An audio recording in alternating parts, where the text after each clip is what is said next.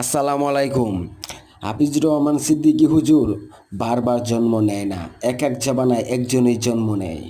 এবং সিদ্দিকী হুজুরের বিরোধিতা যারা করতেছেন, শুধু সিদ্দিকী হুজুর না, সিদ্দিকী হুজুরের মতো আরও যত কওমি উলামায়ে কেরাম আছেন, তাদের বিরুদ্ধে যারা লেগে আছেন, আপনাদের কপাল নিজেরাই পুড়তেছেন।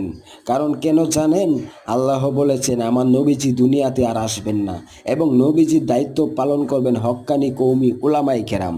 সেই উলামায়ে কেরামকে আপনারা তুচ্ছ মনে করে এক আলেমের পিছনে আরেক আলেমকে লাগিয়ে দিচ্ছেন, কিন্তু কাদা ছোড়াছুরি করাচ্ছেন, এবং আপনারা টাকা ইনকাম করতেছেন ভিউজ পাওয়ার জন্য, টাকা ইনকাম করার জন্য এইগুলা করতেছেন।